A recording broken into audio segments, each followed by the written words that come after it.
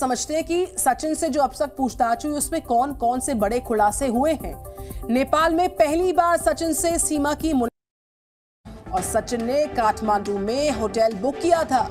Hotel के मालिक ने पोखरा से बस लेने की सलाह दी थी और किस बॉर्डर से आना है सचिन का प्लान था, किस बॉर्डर से एंट्री करनी है ये प्लान सचिन ने तैयार किया था। सचिन के ने ही बस की टिकट्स को बुक करवाया था।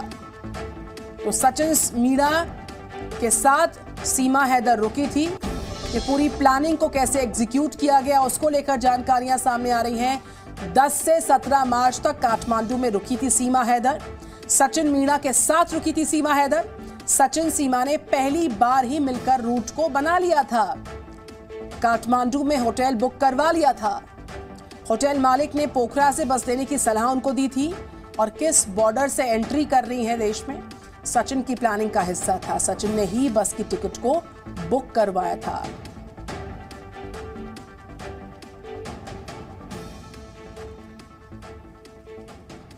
और आइए ग्राफिक्स के माध्यम से समझते हैं कि सचिन से जो अब तक पूछताछ हुई उसमें कौन कौन से बड़े खुलासे हुए हैं। नेपाल में पहली बार सचिन से सीमा की मुलाकात हुई। सचिन से पूछताछ में बड़े खुलासे। दोनों काठमांडू में 10 मार्च से 17 मार्च तक रुके रहे। साथ ही सचिन पहले काठमांडू पहुंचा, फिर काठमांडू आकर सचिन ने कमरा बुक करवा लिया था होटल में। होटल वालों से दोनों की दोस्ती हो गई थी। होटल के लोगों ने ही सचिन सीमा के वीडियोस भी बनाए हैं। होटल मालिक से रूट की जानकारी भी इसने हासिल की। जब यहां पर रुकने के लिए पहुंचे थे रूट की पूरी जानकारी हासिल की।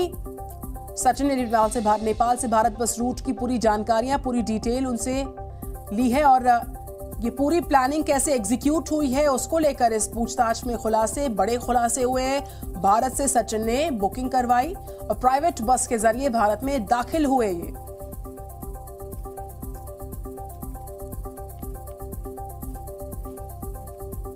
और जितेंद्र शर्मा हमारे साथ है। जितेंद्र, जिस तरीके से ये पूरा घटनाक्रम सामने आया, दोनों काठमांडू में 10 मार्च से 17 मार्च तक रुकते हैं, पूरी प्लानिंग सचिन करता है, उसको कैसे एग्जीक्यूट करना है, किन किन लोगों को इसमें मोहरा बनाया गया, वो सारी जानकारियां अब डिकोड हो रही हैं। अब तक की पूछताछ में बड़े खुलासे हो रहे हैं। जितेंद्र,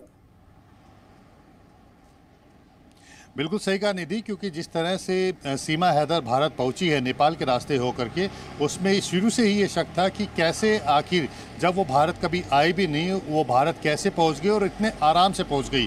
इसी बात की गुत्थी को सुलझाने के लिए जो भारत की जो सुरक्षा एजेंसियां हैं लगातार सीमा हैदर से और सचिन मीणा से पूछताछ कर रही हैं।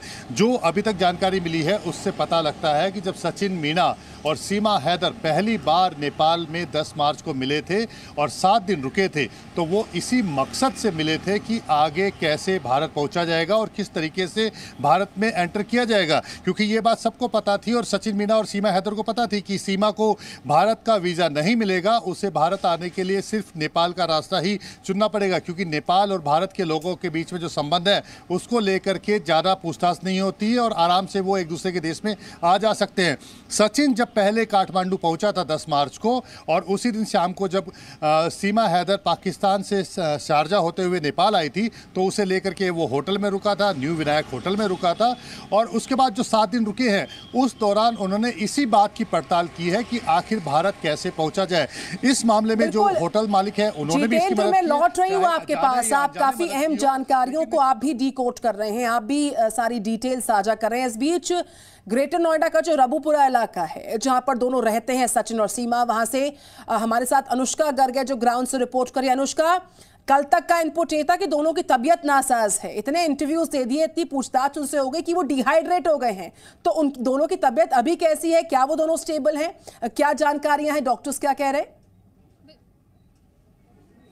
बिल्कुल निधि, जब हमारी टीम यहाँ पर सुबह पहुंची, जब हमने जायज़ा लिया तो हमारे अंदर जो घर वाले हैं उनसे भी बातचीत हुई। उन्होंने साफ तौर पर ये कहा है कि अभी भी सचिन और सीमा की जो तबीयत है वो नासाज है। कहीं ना कहीं एटीएस की जो टीम है उन्होंने उनको बुलाकर 18 घंटे पूछताछ की थी, जिसके बाद से मीडिया से बातचीत करने के दौरान जो है जो सीमा है कहीं ना कहीं वो बेहोश होकर और नीचे गिर गई थी और अभी भी डिहाइड्रेशन की शिकायत जो उनको बताई जा रही है। कहा जा रहा है कि अभी भी उनको ग्लूकोज का जो ड्रिप है वो चढ़ाया जा रहा है। उनकी तबीयत लगातार जो है वो ख़राब चल रही है। मीडिया से फिलहाल